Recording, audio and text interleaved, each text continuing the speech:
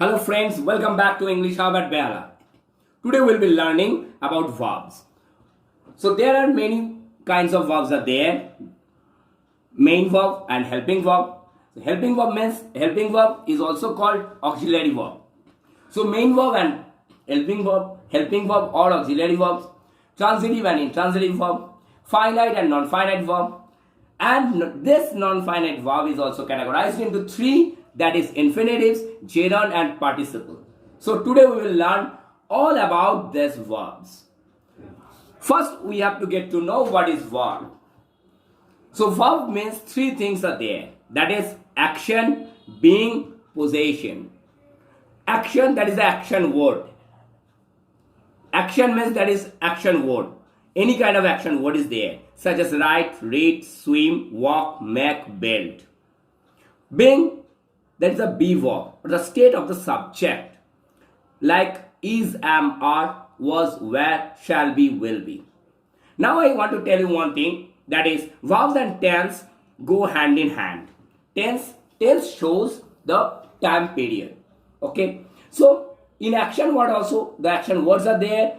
These are also having the three tense or they show three time period, that is present time, past time and future time. So write, read, swim, walk, make, build, they show present time. Past time of them are, that is wrote, read, swam, walked, made, built. And future, will write, will read, will swim, will walk, will make, will build. Shall or will can be used to represent the future time. Now I want to tell you one thing more, that is shall and will actually are the indicators of the future time. So you know that we have got the cars and the indicators are there, and indicators show that whether just the car will turn left or right. So like this in tense also, so this shall and will are just like indicators which will show whether we are talking about present time or past time or future time. So shall and will represent the future time. In being verb, that is a be verb, in be verb is, am, are show present time, was, were show past time, shall be, will be show future time. Now we go for possession. Possession denotes having. Okay, so we are having something, so we are having the things, that is possession, or we can say have verb. In have verb also, that is have, has, had, shall have and will have. Have, has show present time, had show past time and shall have or will have show future time. So that is the basic of the verbs. Now these verbs can be categorized into two. One is a main verb and one is a helping verb or auxiliary verbs. And you know, so you can find over here that tense is also there, because as I told you that verbs and tense go hand in hand. That is why, so all the verbs show the time period or the tense that we are mentioning over here, we are showing over here. Okay, so main verb and helping verb. So main verb equals to the action word, like go, play, sing, speak. And these words denote present tense or the present time. The past time of this should be went, played, sang, spoke. And future of this will go, will play, will sing, will speak. Shall or will both can be used. Will is universally accepted, but the word shall is having some restriction. In the case of I and we can use shall, but will is universally accepted. So for everything or for all we can use will. Next we go for helping verb. In helping verbs, three helping verbs are there, that is do, have, be. This do or does denote present, past did and future will do. In the case of have verb, already I told, have, has, had, shall have or will have. In the case of be verb is, am, are denote present, was, were denote past, shall be, will be denote future. Okay, so now Now we go for transitive and intransitive verb. Verb is also categorized into two, that is transitive and intransitive. So we have to get to know what is transitive verb and what is intransitive verb. Transitive verb means the verb which has got the object, and intransitive verb doesn't have the object. So now we have to get to know what is object. What is object? What action is done? If we ask the question, what action is done? Okay, whatever the answer we get, that is object. Action is done because verb is there. So we are just finding the transitive verb. Verb we are finding, that means the action is there. So what action is done? Okay, action is done. What action is done? The answer we get, that is object. So we can recognize this transitive and intransitive in a very simple way. Like we can ask verb by the words what or to whom. And whatever the answer we get, that is object of the verb. Okay. Object may be a noun or a pronoun. I am giving you the examples such as we must eat food every day. We must eat food every day. Here verb is eat. Now we can ask eat what? Answer is food. So food is object. As this verb eat has got the object food, that is why it is transitive verb. Clear? Next sentence we go for, that is the teacher gave him a book. The teacher gave him a book. Gave verb. Gave what? No, gave a book. Gave to whom? Answer is him. So here we get two objects. We ask the verb gave by the words what and to whom, and answer we get book and him. So these are objects. So book and him are objects of the verb gave. So that gave is transitive verb, because transitive verb has got the object and intransitive verb doesn't have the object. That you should keep in your mind. Next sentence we go for, she sent him a letter. Sent what? A letter. Sent to whom? Him. So him and letter are the objects. So that sent is transitive verb. He told me the truth. Told what? Not the truth. To whom? Me. Me and the truth are objects. As the verb told has got the objects, that is why told is transitive verb. Next, we fly kites on holidays. Fly what? No, kites. So kites object, that's what fly is transitive verb. Next sentence, the little boy is crying. Here actually we don't find any object. So is crying. Is crying what? No answer. Is crying to whom? No answer. That means no object is there. And that is why it should be intransitive verb. Because intransitive verb doesn't have got the object. He is sleeping well. Is sleeping verb. Is sleeping what? No answer. Is sleeping to whom? No answer. So no objects. So it is intransitive verb. She laughs loudly. Laughs what? No answer. Laughs to whom? No answer. So no objects. So like this actually you can find out the objects. So if you find the object, then verb must be the transitive, and if you don't find the object, then verb must be intransitive. Next sentence, she talks too much. Talks what? No answer. Talks to whom? No answer. So no objects are there. That means talks is intransitive verb. He came early today. Came what? Came to whom? So it doesn't have got the meaning actually. So no objects is there. That's what came is intransitive verb. He sells mangoes and oranges. Sells what? Now we get the answer. Sells what? Sells mangoes and oranges. So mangoes and oranges are object, and that's what sells must be transitive verb. He finished his homework. Finished what? His homework. Object is his homework. So that finished is transitive verb. These men These men have done their work. These men have done their work. So have done what? Have done their work. So their work is object. So that have done is transitive verb. Here have done, both are verbs. Keep in mind that. Okay. My brother took exercise regularly. Took what? Took exercise. Exercise is object. So took is transitive verb.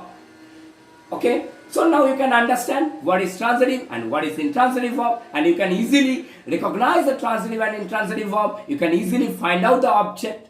Now you should just get to know types of objects. There are two types of objects. So we know already that how to find out the object. That is, we ask the verb by the words what or whom. Okay, then we get the objects. There are two types of objects. One is a direct object, one is indirect object. Direct object is the name of something. Okay, that is, we ask the verb with the word what. What. Whatever the answer we get, that is direct object. And indirect object is the person to whom something is given or something is done to the person. Okay, like Ram, them, us. That is indirect object. Now we can go for finite and non-finite verb. So what is finite and what is non-finite verb? Finite verb. Finite verb is the main verb, that is the action word which shows the tense or the time period. So finite verb shows main verb. Main verb, that's the action word which shows tense or time period, right? And it must have the subject. Like I leave, I go to school. So here this go, leave actually show the time period or the tense, right? So that is why this leave, go are called finite verb. If I say, I went to school yesterday. I went to school yesterday. So went. So here the verb went shows the time period. It shows past time. So here went is finite verb. Now the non-finite. This non-finite verbs are categorized into three: infinitives, gerund, and participle. So what is infinitives? What is gerund? What is participle? That we have to get to know. Infinitives. Infinitives is two verb. That is a two plus verb. Such as I can say, well, that I wanted to speak to her. I wanted. Here wanted, the word or the verb wanted shows the past tense or the past time. So wanted what? No, to speak to her. Here to speak is infinitives. He told me to read the newspaper. He told. The word told is showing past time. So told is finite verb. Told me what? No, to read the newspaper. Here to read, to plus verb, to read is infinitives. So next we go for gerund. What is gerund? Gerund is called verbal noun. Why it is called verbal noun? Because it is actually, it seems as verb, it sounds as verb, but it acts as noun. The word is that verb plus ing, the base form of the verb, such as carry. Carries are the best form of the verb carry plus ing, carrying. Carrying can be used as gerund because it can be used as noun. It can be used as noun. Okay. So gerund acts as a noun, not adjective. So playing is good for health. Playing is good for health. So playing. So what is good for health? So playing. Here playing acts as noun. Okay. So it is called gerund. Okay. She has taken a dislike to eating fish. Dislike what? No, eating. So, eating fish. Here, eating is gerund. It seems like verb. It sounds as verb, but it acts as a noun. So that it is called gerund. And next we go for participle. Participle actually it acts as an adjective. Okay. Now keep in mind gerund acts as a noun and participle acts as an adjective. This gerund and participle actually make the confusion. Well, gerund acts as a noun, participle acts as an adjective. So participle describes the noun, such as we met a girl carrying a basket of flour. That already the sentence I told earlier. Okay, so carrying, here this carrying word actually describes the noun girl, so it must be participle. Okay, well, but if we say carrying a basket of flour every day is her habit, here carrying is gerund.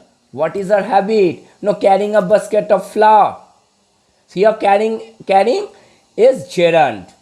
But if we say we met a girl carrying a basket of flour, so that means we are describing the girl who is carrying a basket of flour. So here carrying is participle. We can say his tattered coat needs mending. Which coat? Tattered coat. Describes coat. The word tattered, it seems the verb, it sounds as verb, the past of verb, but it is not the past form of verb. It is participle because it acts as an adjective that describes the coat.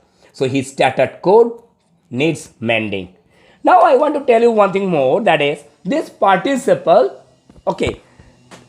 this participle can be two, that is present participle and past participle. So present participle means what? Present participle is, that is the base form of the verb and ing. That is present participle. Carry, carrying, speak, speaking, do, doing, play, playing, eat, eating.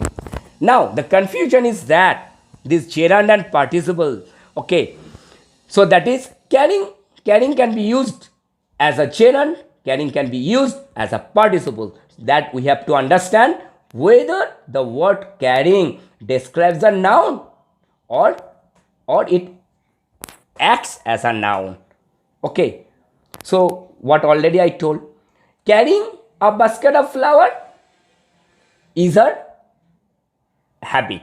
So here what is her habit? No, carrying what? Carrying a basket of flour can be, carrying a book can be, carrying a mobile, well, but carrying, so this acts as a noun. So here carrying is gerund, but we say we met a girl carrying a basket of flour, so here carrying describes a girl, so that is why it acts as an adjective, and here carrying is called participle. Well, I hope you have understood the difference between gerund and participle, right? Now just we want to do some exercise paper so that you can have the better understanding about this. So first exercise is that pick out infinitives, gerund and participle from the following sentences. Here the sentences are there, so we have to pick out the infinitives, that is a 2 plus verb. We have to pick out the gerund, the word which acts as a noun, well, but sounds as a verb, and we have to pick out participle which acts as an adjective but sounds as a verb, right? First sentence, there was nothing for it to fight.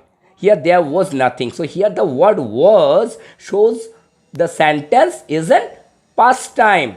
So here was is actually finite verb and nothing for it to fight.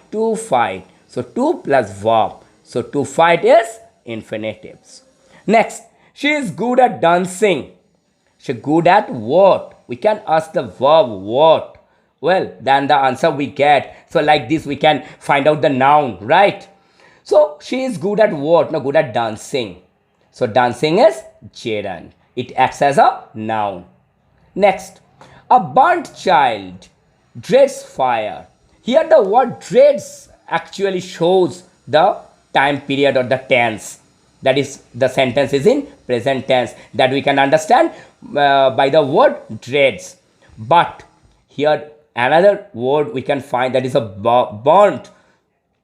Burnt, it sounds as a verb, but it acts as a child because it acts as an adjective, because it describes the noun child. Here child is noun, and the word burnt describes the noun or the child. A burnt child dreads fire. Well, so here burnt is participle.